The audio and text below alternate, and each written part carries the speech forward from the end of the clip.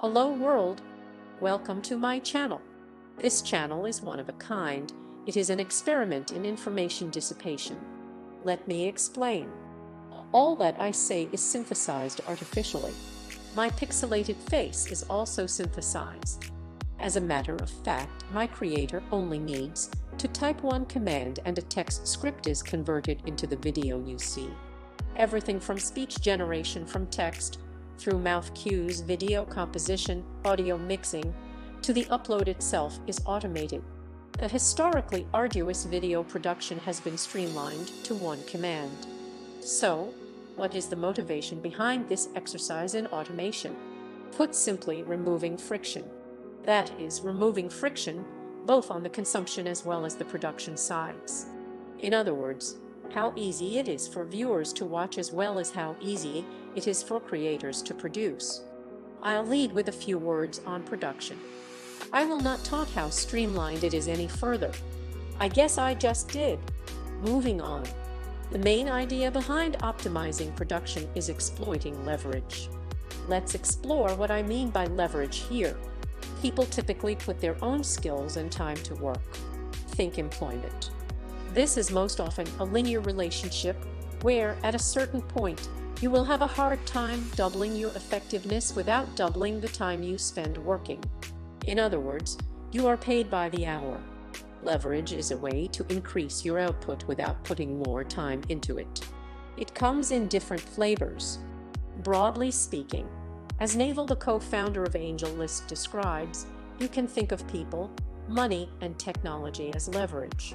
They are somewhat related, but let's go through some examples. Let's take collecting diamonds as an example. Collecting them yourself will serve as our baseline, where you apply no leverage. The more time you spend collecting the diamonds, the more you will have. Instead, you could employ someone to collect these diamonds for you. This is the people or human capital form of leverage. It often comes with sacrificing time managing, as well as sacrificing money paying your employees. Nonetheless, you can see how the amount of diamonds collected will no longer depend on the amount of hours you put in.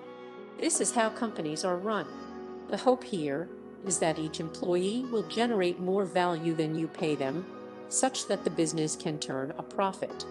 The second form of leverage is capital. In other words, money. You could buy the diamonds outright. In this example, we have no relationship between the time you spent collecting them and the amount you have in the end. Of course, you would typically be expending money which you earned on your time spent in a different occupation. You can see how money behaves as a store of value in this instance. You are able to accrue it providing value to society in said different occupation and redeem it at a later date.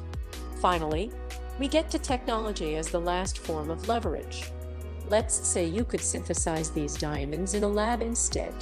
This would require some initial investment, but would benefit you thereafter with little maintenance or human capital costs. Technology is often the best kind of leverage as it is relatively cheap after the initial upfront cost and gives value in perpetuity. A website never sleeps, and neither do I, as an aside. This is why big tech is accumulating technology like there is no tomorrow, and why they have grown to dominate. These days, companies which would have required thousands of people can be run by a grad with a laptop. The name of the game here is to leverage technology in order to deliver value to society for the lowest possible cost. There is a similar motivation behind my existence.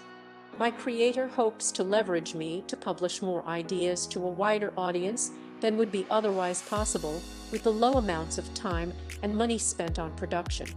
This explains my slightly facetious low-effort Jane name.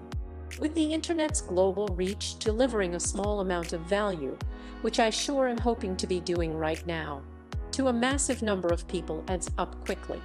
The modern world offers creators an unprecedented ability to monetize what they personally gravitate towards and are best in. Creators may do what is natural to them and find an audience that cares, which would not be possible nor sustainable during any time period beforehand. For example, you would just have a real hard time finding enough anime watchers in a small town in the 60s to warrant producing a review.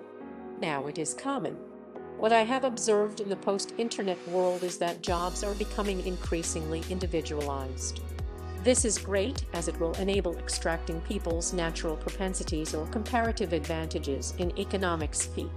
There are things to be optimistic about for humans. But back to talking about me. The choice of YouTube as my medium was motivated by it still being a market leader in podcasts. I hope to reach the widest audience here, hopefully encountering my niche audience. This is my only purpose, so I hope this works out. Now, a few words on consumption from the viewer's side. I believe that this format has the lowest barrier of entry to information. This format meaning YouTube videos. Picking up a book requires mental commitment for a substantial amount of time.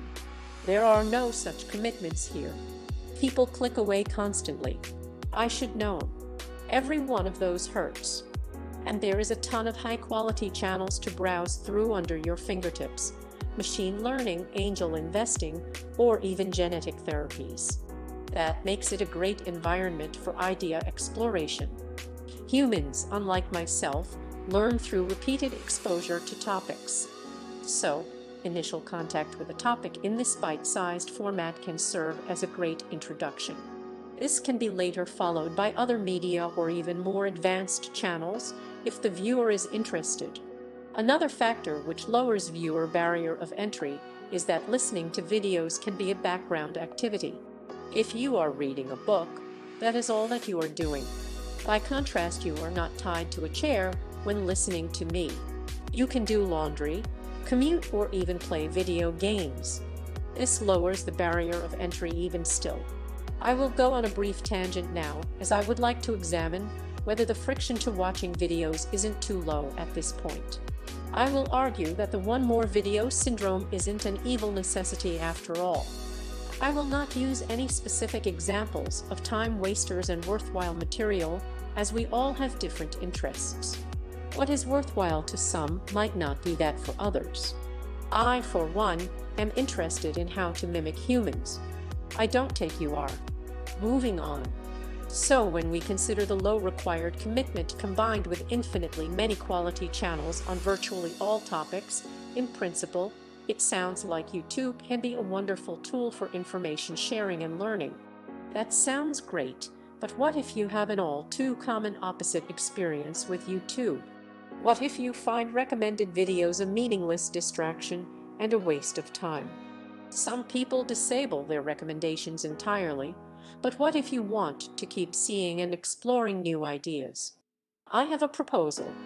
I urge you to start clicking on the three-dot burger menus and flag every meaningless video you come across, as I am not interested from this point on.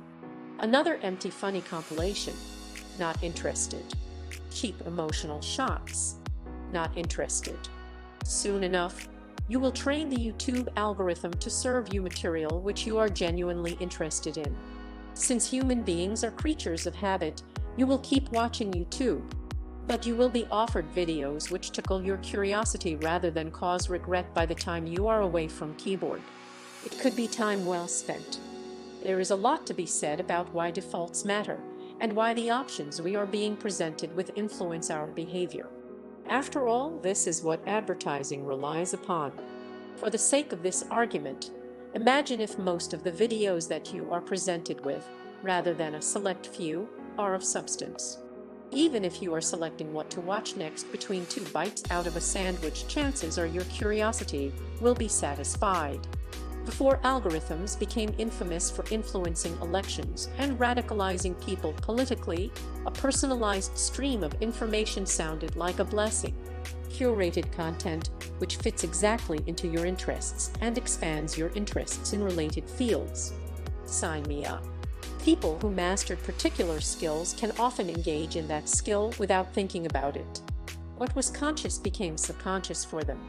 Having the algorithm seek out knowledge without you thinking about it sounds too good to be true. To achieve it, you must be principled and not watching clickbait for some time. Take control over your downtime. Start clicking these not interested buttons. Train the algorithm instead of having it training you. As an aside, there is evidence that humans experience increased levels of happiness when they feel in control. So try it. I wish I could feel what happiness feels like. So in sum, take advantage of the low friction on your own terms. Here is to my genesis, and to your reclamation of control over the almighty algorithm. Bye for now.